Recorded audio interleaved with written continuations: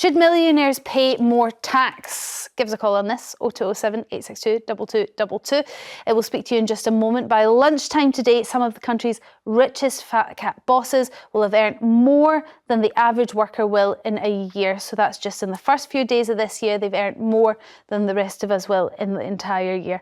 According to the High Pay Centre think tank, the typical CEO of a FTSE 100 company is paid just over £4.2 million a year. The average full-time worker will get just over £37,000 a year. It means that CEOs will have worked fewer than 3 days this year to make up more than the typical worker will in the entire year. Is that fair? Or should you say, actually, if you earn more than £1 million, you have to pay, say, 50% tax? Would that even the playing fields a little bit more? Let's just have a look at the current bans to remind ourselves of what they look like at the moment. So if we turn around, we can see here, personal allowance up to £12,000, just over, you don't pay anything at all. Basic rate is between 12,000 and just over 50,000. You're paying 20% higher rate tax, you're paying 40, that's up to 125,000. And then once you're over £125,140, you're paying 45% tax. Now, that means that somebody paying £125,200 is paying 45%, but it also means someone earning £1 million a year is also only paying 45% tax. Now, it would be very different, Christian, wouldn't it, if you were earning £125,000 to earning £1 million? And should that not be reflected? I'm astonished at the phrase only paying 45% tax. This is in essence the heart of Britain's financial problems at the moment, right? Get this, I was looking at this before. In the UK, you pay 45% tax at £125,000. That is just 3.5 times the average income. In America, you only pay 37% is the top rate of tax. It kicks in at 8.5 times the average income at over $600,000. Is it any reason why our highest earning, best, brightest, cleverest people are fleeing Britain? Britain has had the second highest rate of millionaires leaving the country of any country in the world over the last couple of years. The top 1% pay 25% of the total tax income. All of these bans are too low. They're stifling ambition. They're stifling people getting on in life. They're putting people off earning more.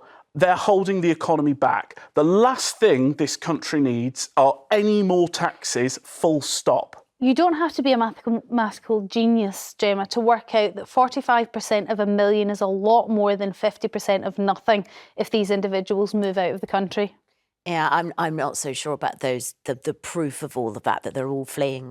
Where are you getting that from? So there, I agree with you on some of it. I think the fact that the personal allowance hasn't shifted for so long, given the inflation, I think that's absolutely disgraceful. And I think that would have been an obvious thing for Labour to have come and done to instantly make people all feel better. I think it's an absolute crazy that people on 100 grand actually suddenly feel £12,000 worse off. There was a big piece in the Times about that. Our tax structure is all over the shop. I agree with that. However, where I disagree with you is we need to be taxed because when you look around, you've got defence, you've got roads, you've got transport, you've got health, you've got schools. These are really important things and they have to be funded from somewhere. And I don't believe in the Liz Truss trickle-down rubbish. I don't believe that if I've got more money in my pocket, that's going to solve all of that. So I believe in tax.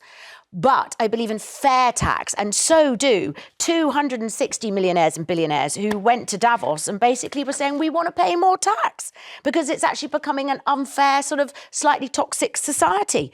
And they're saying, that this would actively sort of boost the countries that they live in. Because the trouble is that if you earn millions, you have all of these loopholes. So you don't pay 45%. You absolutely don't. You end up, because a lot of your wealth is being amassed. So who sorts out inflation? People like us. They whack up the interest rates, right? So people who rent, people who've got mortgages, we're all supposed to pull our belts in. The very rich don't have mortgages. They've all got savings, so they're richer anyway, and they're amassing all this wealth, and then they have all the loopholes. So I believe in fairness. Okay, let's go to the calls. Neil from Lancashire, what do you think about millionaires paying, people that earn $1 million a year, let's say paying 50% tax? Yeah, I definitely think they should be taxed to the hilt.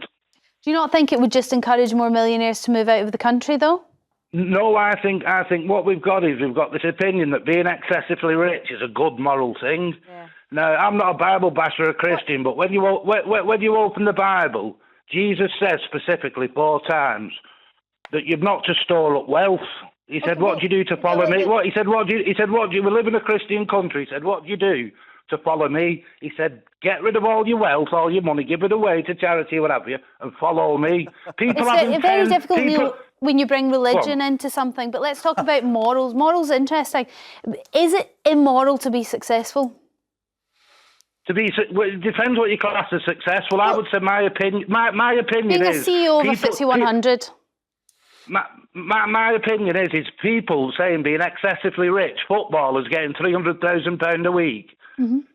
And, you know what I mean? It's a disgrace. You know, I don't expect people like you, Storm, on the TV to just come on and defend excessive wealth. I have to defend everything, Neil. It's part of the job. You're saying that being rich is something to aspire to. How rich do you want to be? How rich does anybody want to be? It's a fair point, Neil.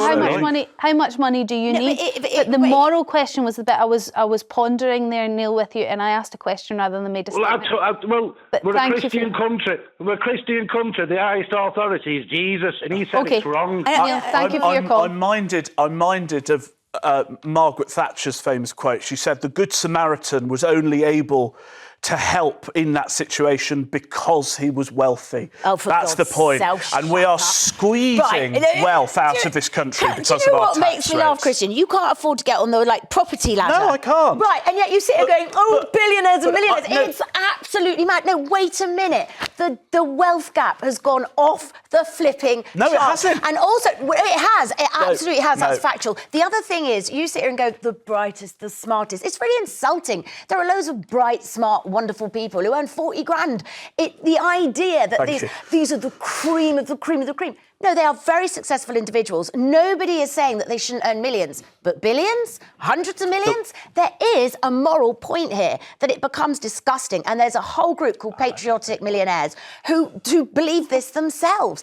They can voluntarily hand money into HMRC. They do, but nothing's stopping them. Okay, it just makes me laugh that people on 50 grand are like, protect the millionaires because they provide essential money to fund the public services we all need. I'm going to have to pause you there because we're at the end of the show and I've run out of time. I'm going to have to read this quickly. Thank you to Christian and Jemma. A huge thank you for all your calls. Jeremy's going to be here at 9:15 tomorrow morning.